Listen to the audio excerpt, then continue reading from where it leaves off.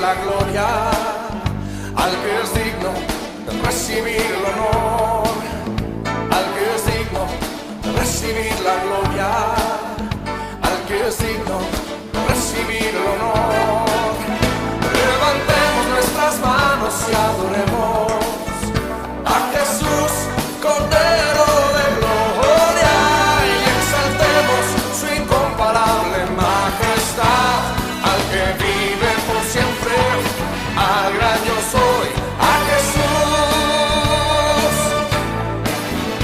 al que es digno de recibir la gloria, al que es digno de recibir el honor, al que es digno de recibir la gloria, al que es digno de recibir el honor. Levantemos nuestras manos y adoremos a Jesús, Cordero de gloria, y exaltemos su incomparable majestad, al que vive por siempre, al gran yo soy, a Jesús. Él vive.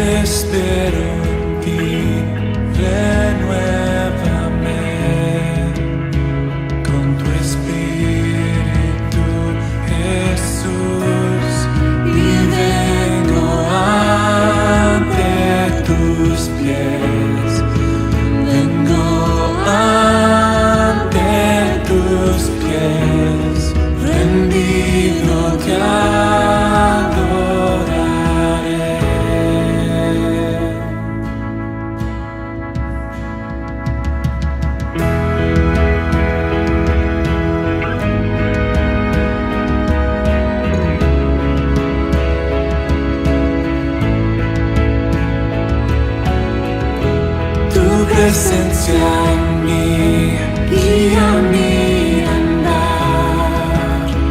Tu palabra es la verdad, restauración y redención. Encontré en ti, Señor, y vengo ante tus pies. Vengo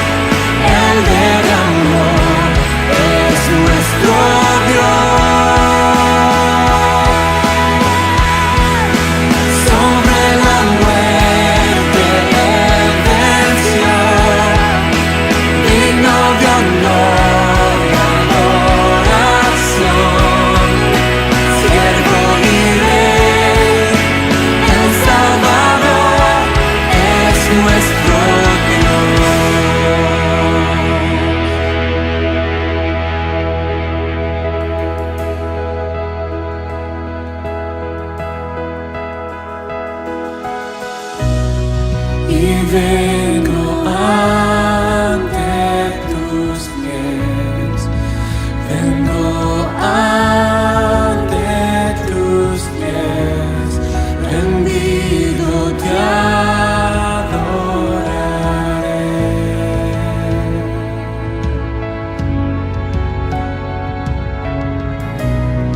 Y vengo ante tus pies, vengo ante tus pies, rendido te adoraré.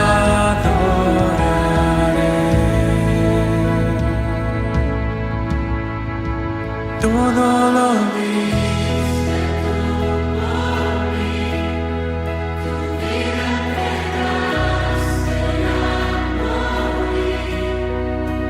Cuán grande amor te derramó, es nuestro Dios. Sobre la muerte venció, digno de honor y adoración. Cielo y rey, el Salvador es nuestro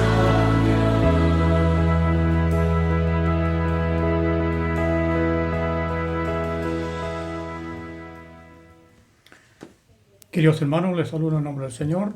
Damos gracias al Señor porque una vez más podemos saludarnos aún a la distancia. Saber que el Señor ha sido fiel con cada uno de nosotros, que nos ha bendecido, nos ha guardado, nos ha dado una familia, nos ha dado alimentos, vestuario, salud. Y creo que es un motivo para que cada uno de nosotros podamos darle gracias al Señor por lo bueno que ha sido con cada uno de nosotros. Quisiéramos en esta mañana compartir la palabra del Señor, que se encuentra en Primera de Tesalonicenses, capítulo 2, versículo 17, hasta el capítulo 3 y versículo 7. Le damos lectura en el nombre del Señor. Pero nosotros, hermanos, separados de vosotros por un poco de tiempo, de vista pero no de corazón, tanto más procuramos con mucho deseo ver vuestro rostro, por lo cual quisimos ir a vosotros, yo Pablo ciertamente una y otra vez, pero Satanás nos estorbó. Porque ¿cuál es nuestra esperanza o gozo o corona de que me gloríe? ¿No lo sois vosotros delante de nuestro Señor Jesucristo en su venida? Vosotros sois vuestra gloria y gozo, por lo cual, no pudiendo soportarlo más, acordamos quedarnos solos en Atenas, y enviamos a Timoteo, nuestro hermano, servidor de Dios y colaborador nuestro en el Evangelio de Cristo, para confirmaros y exhortaros respecto a vuestra fe, a fin de que nadie se inquiete por estas tribulaciones, porque vosotros mismos sabéis que para esto estamos puestos, porque también estando con vosotros os presenciamos que habíamos de pasar tribulaciones como ha acontecido y sabéis, por lo cual también yo, no pudiendo soportar más, envié para informarme de vuestra fe, no sea que os hubiese tentado el tentador y que nuestro trabajo resultase en vano. Pero cuando Timoteo volvió de vosotros a nosotros y nos dio buenas noticias de vuestra fe y amor, y que siempre nos recordáis con cariño, deseando vernos, como también nosotros a vosotros. Por ello, hermanos míos, por ello, hermanos, en medio de toda nuestra necesidad de aflicción, fuimos consolados de vosotros por medio de vuestra fe. Amén. Que esta palabra pueda edificar nuestras vidas en este día. Saber que a través de la palabra podemos encontrar que el apóstol Pablo tenía una necesidad de ver a sus hermanos en Tesalónica, y dice que aún por un poco de tiempo, pero para él era un tiempo quizás largo en que no podía tener una comunión o estar presente con ellos. Pablo dice por un poco de tiempo, en una forma literal. Con esta expresión el apóstol da a entender que hacía poco que se había separado de ellos, pero aún esta breve ausencia se le hacía demasiado larga para él poder saber en qué estado de su vida espiritual estaban, cuáles eran sus problemas, en qué él podía edificar con su presencia. Tanto más dice, procuramos con mucho deseo ardiente por ver vuestro rostro, esto es, vuestras personas. Dice que él procuraba con un deseo ardiente en su alma, en su corazón, de poder ver a sus hermanos allí. El apóstol hace notar que se halla ausente de los tesalonicenses de rostro, es decir, en persona o de vista, no de corazón. Y de corazón y con el espíritu él podía presenciar en el corazón y en el espíritu que él tenía esta comunión con ellos, pero estaba separado en una forma presencial. Y él deseaba tener una presencia con ellos. Se halla entre ellos. Sin embargo, su deseo de estar con ellos es intenso. De ahí el verbo que usa, donde traducimos procuramos en aoristo, y que propiamente significa hicimos todo lo posible o pusimos todo nuestro esfuerzo en poder estar con ustedes, pero fue imposible que el apóstol pudiera llegar allí, y determina enviar a Timoteo para que pueda saber de sus hermanos, saber en qué estado de su vida espiritual estaban. Dice, por lo cual quisimos llegar hasta vosotros. Yo ciertamente, dice Pablo, una y otra vez, y nos estorbó Satanás. El enemigo siempre quiere estorbar el desarrollo de la obra, el que seamos edificados constantemente, y pone una y otra traba para que eso no resulte. ¿En qué consistió este estorbo que repetidamente puso Satanás en el camino a fin de que Pablo no pudiese cumplir su deseo de estar con sus hermanos en Tesalónica? No lo sabemos, dice los comentarios.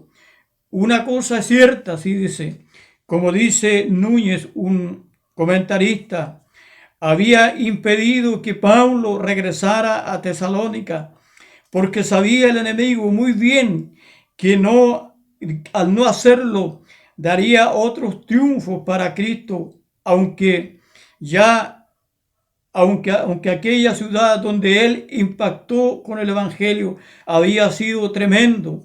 Él sabía, el enemigo, que si Pablo podía llegar a aquel lugar, sabía que con la presencia de él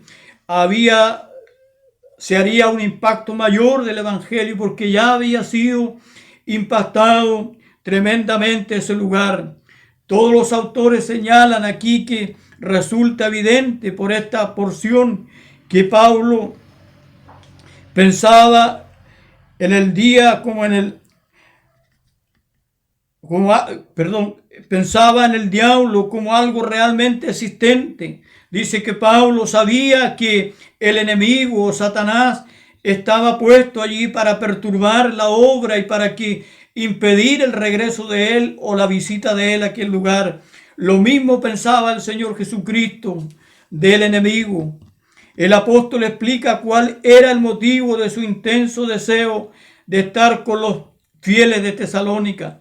Porque dice, ¿cuál es nuestra esperanza o gozo o corona o jactancia? ¿Cuál, dice Pablo, es nuestra esperanza o gozo o corona o jactancia? Esto es, corona en que podamos gloriarnos, dice Pablo, o no lo sois ciertamente vosotros. Él tenía entonces este anhelo de ver a sus hermanos, porque allí él tenía su corona, el gozo y la esperanza de sus hermanos delante del Señor Jesucristo en su venida. Él sabía que estaba allí, había predicado la palabra, había consagrado muchos hermanos, pero él tenía la esperanza en la venida del Señor Jesucristo para que esas almas pudieran perseverarse. Cuánto anhelaba Pablo entonces en aquel tiempo el regreso del Señor, y cuánto nosotros debemos abrigar el regreso del Señor en este tiempo. Ya han pasado muchos años en que Pablo pudo escribir esta carta, pero él tenía en mente el regreso de su Señor y por lo tanto pensaba que ninguno de aquellos que él había ganado se perdiera por diferentes cosas que el enemigo podía traer al corazón de aquellas personas. Dos detalles merecen especial atención. La corona, el griego etipitanos, es una metáfora para indicar el premio, dice, que se da al vencedor de una carrera o de una lucha. Ese es el premio o la esperanza que se da al vencedor de una carrera o de una lucha. Cuando Pablo escribe que debemos correr en una forma limpia y obtener el galardón, está hablando entonces de una carrera que debemos desarrollar mientras vivamos en esta tierra, en el camino del Señor, para lograr el galardón, estar en la presencia del Señor. Eso es lo que Pablo tenía en mente de sus hermanos allí en Tesalónica, que cada uno de ellos pudiera correr esta carrera y pudiera lograr esta lucha para llegar el momento en que estaría en la presencia del Señor. Esta es la primera vez o primera de las veces en que aparece el término parousia en primero y segundo de Tesalonicenses, en sentido de la segunda venida del Señor. El griego significa la presencia del Señor y solía entenderse de la visita de un soberano a una ciudad. Pablo tenía esto en mente entonces, que había que estar o lograr estar en la presencia de Dios, correr limpiamente, y se solía entender de la visita de un soberano a una ciudad. Creo que cada uno de nosotros entonces tenemos esta carrera por delante y no debemos dejar que sea estorbada por las acechanzas del enemigo o por las tentaciones o por aquellas cosas en que podemos desertar. Dice, delante del Señor Jesucristo estaba esta esperanza. Nos invita a ver aquí la presentación de los creyentes en el tribunal de Cristo. En el tribunal de Cristo cada uno de nosotros debemos presentarnos. Romanos 10:14 y 2 de Corintios 5:10, donde cada uno recibirá su recompensa. Cada uno de nosotros recibiremos nuestra recompensa según hayamos corrido, hayamos luchado en nuestra vida espiritual. Dice Núñez, el mismo comentarista, la idea de la segunda venida de Cristo saturaba la mente y el corazón del apóstol. Dice que la venida o la segunda venida del Señor saturaba la mente y el corazón del apóstol. Él tenía y ponía el énfasis en aquello, en el regreso del Señor, y que cada uno debía guardarse para ese momento. Era uno de los incentivos más grandes para su vida cristiana y uno de los temas cardinales de su predicación. Temas principales o fundamentales en la predicación de Pablo y en la predicación de nosotros. No debiéramos olvidarnos entonces que el Señor regresará por la iglesia, porque así lo ha establecido en su palabra. Él tenía este pensamiento en mente, que todos debimos presentarnos ante el tribunal de Cristo, y por eso él obligaba estar con sus hermanos para ayudarle, para exhortarle, para motivarle a que no perdieran la visión. En el capítulo 3 tenemos primero el envío de Timoteo a Tesalónica, segundo el buen informe que ha transmitido a Pablo, tercero la satisfacción de este, y cuarto la oración del apóstol por los de Tesalónica. Quizás allí está la falencia a lo mejor en nosotros. Hay poca oración, hay poco clamor por aquellas vidas, y debemos orar los unos por los otros, pero también orar por aquellas nuevas almas que puedan llegar y las que han llegado. No debemos descuidar la oración, como Pablo podía orar por sus hermanos allí. Él por eso con que comienza el capítulo se refiere a la nostalgia del apóstol. Tan grande era esta nostalgia que a pesar del consuelo que para él suponía la compañía de Timoteo, dice que era tan grande la nostalgia que tenía por saber de sus hermanos y separarse, dice, del consuelo que para él suponía la compañía de Timoteo. Decidió enviarlo a Tesalónica, quedándose solo en Atenas. El griego es muy expresivo en todos los vocablos de este versículo. Primero, además del énfasis de ese solos en el verbo este contexto, da la idea de no poder aguantar más. Pablo da la idea en este verbo griego de no aguantar más, el poder comunicarse o saber de sus hermanos allí, el quedarnos está presentado en un verbo muy fuerte, cataloipo, que en Marcos 12:19 se aplica al hombre que deja a su mujer al morir. Mire los pensamientos de Pablo. Tenía estos pensamientos cuando el hombre deja a su mujer al morir. Y en Efesios 5:31, al hombre que deja a sus padres para casarse. Ese era el anhelo de Pablo. Ese era el anhelo de poder saber de sus hermanos. El dolor que le produjo el tener que separarse de Timoteo se echa de ver por los epítetos que lo describe a nuestro hermano.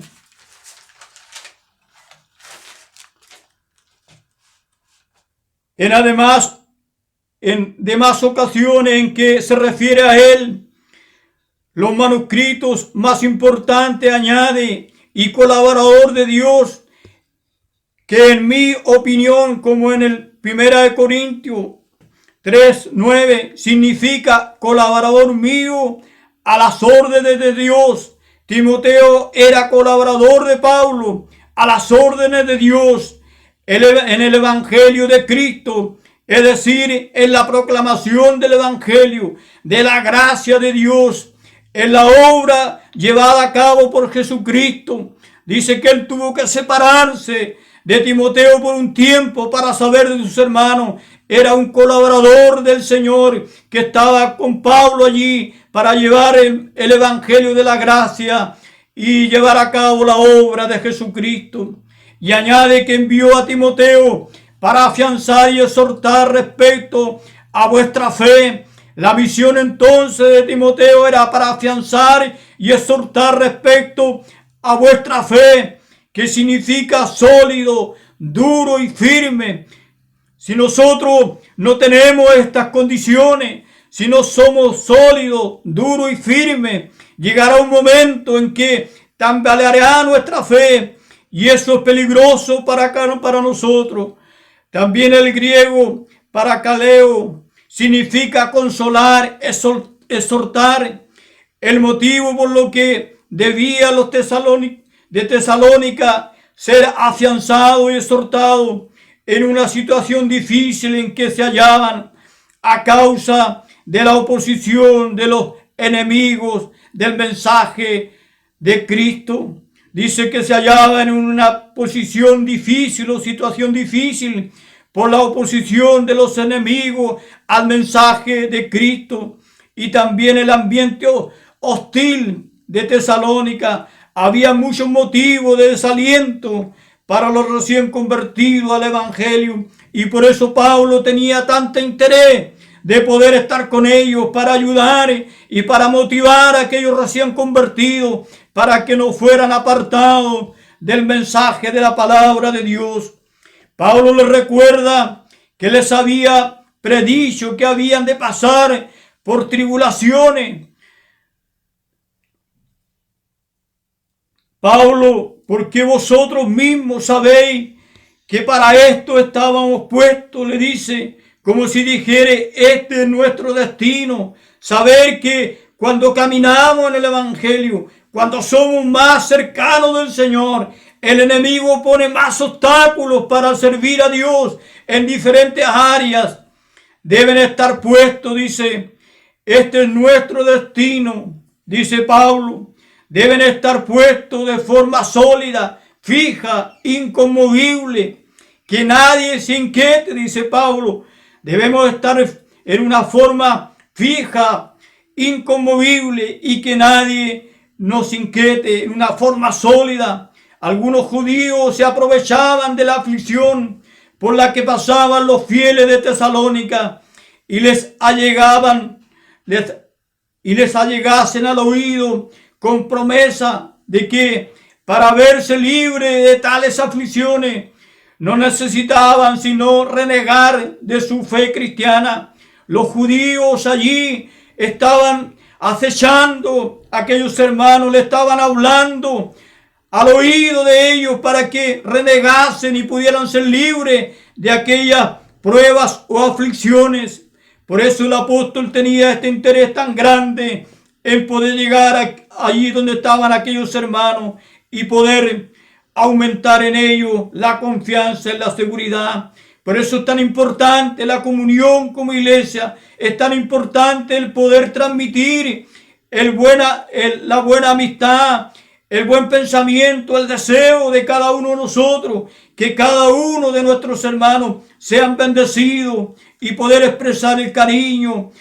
Muchas veces con solamente nuestra presencia podemos afirmar o ayudar en la fe de otro. Dice, todo esto aumentaba la intranquilidad del apóstol. Por eso también yo, dice, no pretendo no pudiendo soportar más, envía a Timoteo para informarme de vuestra fe. No desea que os hubiese tentado el tentador, o que hubiese tentado el tentador más si alguno de ellos. Es sin duda Satanás aquel que viene engañosamente a apartar la vida del evangelio, y que nuestro trabajo resultase en vano, dice Pablo. Él deseaba que lo que había sembrado en aquel lugar perseverara hasta el último momento, y que no viniese el tentador, el enemigo, a arrebatar aquellas almas y a enfriar el amor de aquellos nuevos convertidos. El informe que es buena noticia de los fieles en Tesalónica dice: buena noticia, nos evangelizó vuestra fe y vuestro amor. Era una fe viva que daba fruto mediante el amor, aún en medio de pruebas y tentaciones. El amor hacia el prójimo como también al mismo. Él pudo darse cuenta entonces que al regresar Timoteo, los hermanos estaban caminando firmes, habían expresado el amor a aquellas personas que no eran de la iglesia, el amor entre ellos y el amor también a Pablo, y que siempre nos recordáis con cariño, deseando veros, como también nosotros a vosotros. Que este sea el sentido de nosotros, desear vernos a nuestros hermanos, orar los unos por los otros, orar por aquellos que están pasando dificultades, aquellos que están pasando pruebas, aquellos que están en aflicción. No debemos olvidarnos entonces que somos un cuerpo en Cristo Jesús, y que Él permite que podamos orar los unos por los otros y podamos expresarlo, este amor, este cariño y el amor por aquellos que vendrán y que serán nuevas almas redimidas y salvadas. Vamos a orar en esta hora por la iglesia, por nuestros hermanos, para que nos pueda bendecir, nos pueda ayudar, pueda fortalecer la comunión de la familia, donde allí se manifiesta todo el desarrollo de una sociedad y de la iglesia. Si hay familias bien constituidas, entonces habrá una sociedad bien formada, habrá una iglesia con principios cristianos.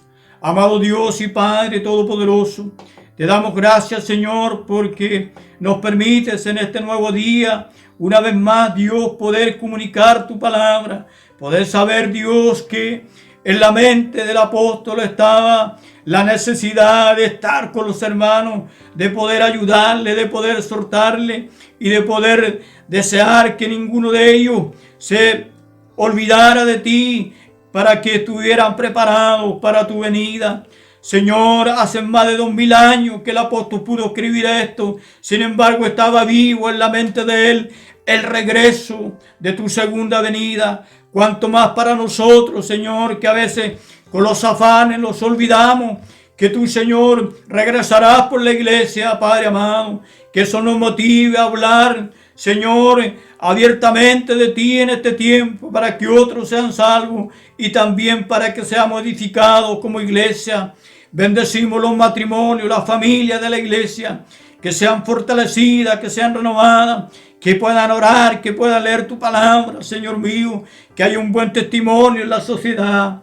También oramos por todos nuestros hermanos adultos mayores, que usted los guarde, los bendiga, les dé salud, les dé paz, Señor mío, pueda haber tranquilidad en sus corazones.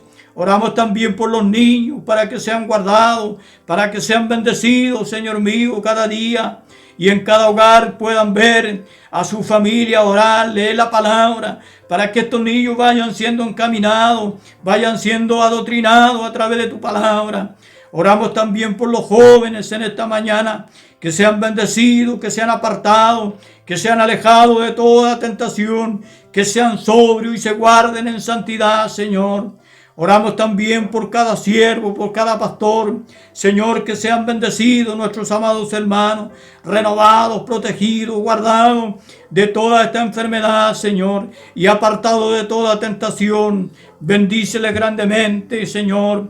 Que la presencia del Espíritu Santo les motive y les ayude a llevar adelante la obra hasta el último momento, Señor. También oramos por nuestras autoridades, oramos por el señor presidente de la República, oramos por los legisladores, oramos por los intendentes, por los gobernadores, por los alcaldes, por los concejales. Oramos por el ministro de Salud, para que todas las medidas, Señor, que se tomen, vayan, Señor, en protección de la salud de cada chileno. Oramos también, Señor, por las Fuerzas Armadas y Fuerzas de Órdenes, Señor, que están vigilando, para que cada uno, Dios, de nosotros nos podamos quedar y podamos acatar todas las órdenes, Señor, que van en resguardo de nuestra salud. Oramos también por el personal de la salud, para que no sean contaminados, Señor. Han muerto tantas personas que han servido abiertamente a la patria, Señor mío, para que haya también atención oportuna a aquellos que lo necesitan. Oramos por aquellos países, Dios, donde este virus ha avanzado con tanta fuerza. Oramos por aquellos países que tienen menores recursos, Señor, que tu gracia y tu misericordia les pueda guardar. Oramos, Señor, por aquellos que carecen de alimento. Señor, pedimos perdón por esas naciones, Señor, y que puedas enviar la lluvia, esa lluvia que puede regar la tierra para que produzca alimento allí y que haya paz en esas naciones y entendimiento, y la violencia sea desterrada de esta tierra. Señor, te damos gracias en esta hora. Permítenos, Dios, como país, ser bendecidos, Señor. Que los recursos de esta nación, Señor, siga esta nación siendo una nación próspera, Padre mío.